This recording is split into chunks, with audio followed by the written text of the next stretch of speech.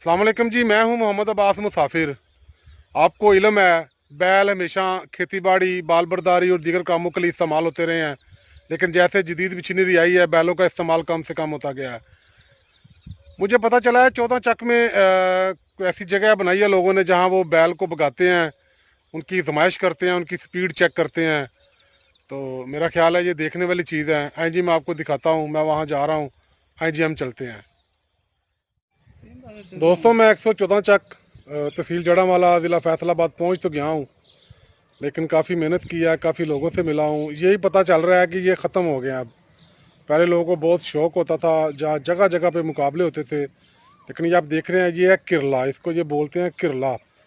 दरमियान में लोहे की लठ है और इसके बारे में आपको थोड़ी सी मालूमात देते हैं। अस्सलाम वालेकुम जी। वालेकुम सलाम जी। भाईजान ਤੁਹਾਡਾ ਨਾਂ ਕੀ ਹੈ? मोहम्मद यूसुफ। ਯੂਸਫ ਸਾਹਿਬ ਇਹ ਕੀ ਤਰੀਕਾਕਾਰ ਹੁੰਦਾ ਸੀ? ਕਿੰਨੇ ਢੱਗੇ ਜੋਏ ਜਾਂਦੇ ਸਨ ਜਾਂ ਕੀ ਮਾਮਲਾਤ ਹੁੰਦੇ ਸਨ? ਇੱਥੇ 2 ਢੱਗੇ ਜੋਏ ਜਾਂਦੇ ਸੀ ਜੀ, ਅੱਛਾ ਤੇ ਇਹਦਾ 5 ਮਿੰਟ ਟਾਈਮ ਹੁੰਦਾ ਸੀ। 5 ਮਿੰਟ ਟਾਈਮ ਦੇ ਵਿੱਚ ਹੁੰਦਾ ਸੀ ਵੀ ਜਿਹੜਾ ਢੱਗਾ ਜ਼ਿਆਦਾ ਫੇਰੇ ਮਾਰੇ ਟਾਈਮ ਦੇ ਵਿੱਚ, ਠੀਕ ਹੈ। ਜਿਹਨੇ ਜ਼ਿਆਦਾ ਫੇਰੇ ਮਾਰਨੇ ਉਹ ਵੱਜ ਜਾਂਦਾ ਸੀ। ਤੇ ਇਹ ਕਿਵੇਂ ਪਤਾ ਲੱਗਦਾ ਹੈ ਕਿੰਨੇ ਜ਼ਿਆਦਾ ਫੇਰੇ ਮਾਰੇ ਨੂੰ? ਕੋਈ ਮੀਟਰ ਵਗੈਰਾ ਲਾਇਆ ਹੁੰਦਾ ਸੀ ਜਾਂ ਕੋਈ? ਇਹ ਘੜੀ ਲਾਈ ਹੁੰਦੀ ਹੈ, ਬਾਹਰ ਬੰਦਾ ਇੱਕ ਸਾਲਸ ਬੈਠਾ ਹੁੰਦਾ ਹੈ। ਅੱਛਾ ਅੱਛਾ ਉਹ ਸਾਲਸ ਬਹਿ ਕੇ ਤੋਂ ਵੇਖਦਾ ਹੈ ਟਾਈਮ, ਠੀਕ ਸਟਾਰਟ ਕਰਦਾ ਜਿੱਥੋਂ 5 ਮਿੰਟ ਪੂਰਾ ਜਿੱਥੇ ਹੋਣਾ ਉੱਥੇ ਉਹਨੇ ਡੱਕ ਦੇਣਾ।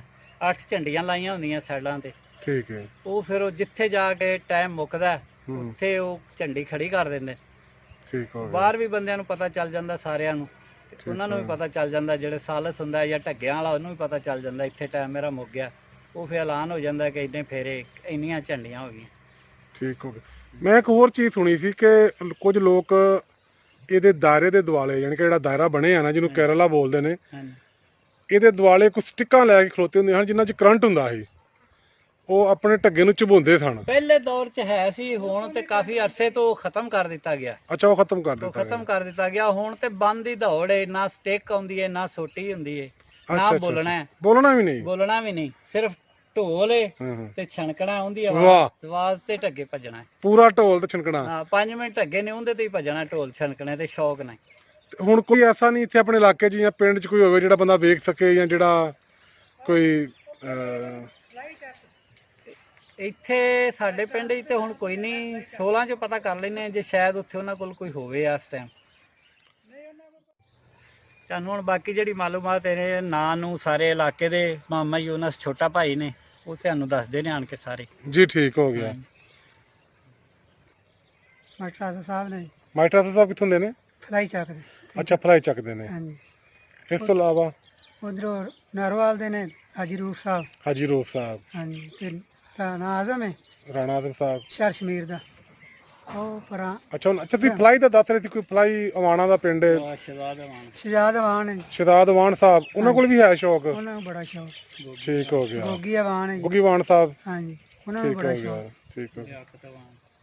ਲਿਆਕਤ ਵਿਚਾਰਾ ਹਟ ਗਿਆ, ਹੁਣ ਉਹਨਾਂ ਕੋਲ ਅੱਗੇ ਕੋਈ ਨਹੀਂ ਆਇਆ। ਲੋ ਜੀ ਆ ਤੁਸੀਂ ਦੇਖ ਰਹੇ ਹੋ ਜੀ, ਕੁਝ ਲੋਕ ਅਜੇ ਵੀ ਹਨ ਜਿਨ੍ਹਾਂ ਨੂੰ ਇਸ ਚੀਜ਼ ਦਾ ਸ਼ੌਕ ਹੈ, ਤੇ ਲੇਕਿਨ 114 ਚੱਕ ਦਾ ਮੈਨੂੰ ਪਤਾ ਚੱਲਿਆ ਸੀ ਇੱਥੇ ਤੇ ਕੋਈ ਚੀਜ਼ ਨਹੀਂ ਹੈ।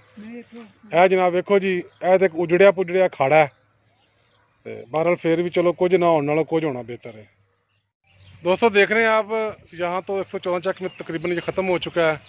इसके बारे में थोड़ी बहुत आपको मालूमात दी है, तो अगर आप कभी उन इलाकों से गुजरे हैं, उन लोगों के पास से गुजरे हैं या जानते हो, तो ये केरला में भागते हुए बैल ज़रूर देखें।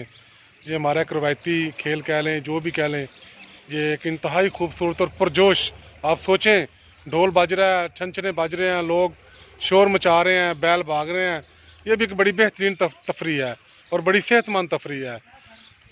बहुत शुक्रिया जी, थैंक यू। शाद रहें, आबाद रहें। अच्छा ये भी केरला मतरूक हो चुके हैं, ख़त्म हो चुके हैं। ठीक हो गया। ये एक और हमें मिला है जी, यहाँ के लोग बहुत अच्छे हैं, बड़े कोऑपरेटिव हैं। ये मुझे एक और दिखाने लाए हैं। पहले मुझे यूसुफ साहब मिले थे, उनके भाई भतीजे मिले हैं, उन्होंने बड़ी इज़्ज़त किया, उनकी मेहरबानी।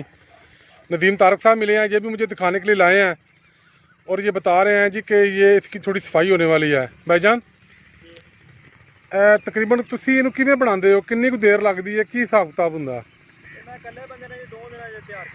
तुसी इकल्ले ही 2 दिन तैयार कीता? ਤੇ ਇਹਦੇ ਵਿੱਚ ਕਿੰਨੇ ਢੱਗੇ ਚੋਂਦੇ ਹੋ ਇੱਕ ਵਕਤ ਵਿੱਚ? ਇੱਕ ਵਕਤ ਇੱਕ ਵੀ ਜੋੜੀ ਦਾ ਦੋ ਵੀ ਜੋੜਦੇ ਨੇ। ਅੱਛਾ, ਦੋ ਵੀ ਜੁੜਦੇ ਨੇ। ਲੇਕਿਨ ਜ਼ਿਆਦਾ ਜਿਹੜਾ ਮੁਕਾਬਲਾ ਉਹ ਕਿਹੜਾ ਮਜ਼ੇਦਾਰ ਹੁੰਦਾ, ਇੱਕ ਵਾਲਾ ਦੋ ਵਾਲਾ? ਦੋ वाला। अच्छा, दो वाला।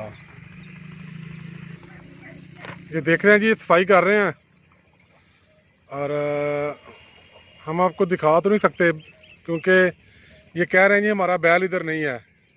अगर बैल इधर होता तो ये हमें ज़रूर दिखाते। अब हम इनसे ज़्यादा चाहेंगे। सर बहुत शुक्रिया जी, थैंक यू, मेहरबानी। तो दोस्तों, आपने केरला के बारे में थोड़ी बहुत मालूमात ली हैं। यहाँ से पता चला है कि जो कोरोना वबा है उसकी वजह से ये तमाम एक्टिविटीज़ बंद हैं। तो जब ये एक्टिविटीज़ खुलेंगी, मुल्क खुलेगा, लॉकडाउन ख़त्म होगा, तो फिर ये इंशाल्लाह ये दोबारा ऐसा अपना सब कुछ करेंगे और मेरी कोशिश होगी मैं आपको ये लाजमी दिखाऊं।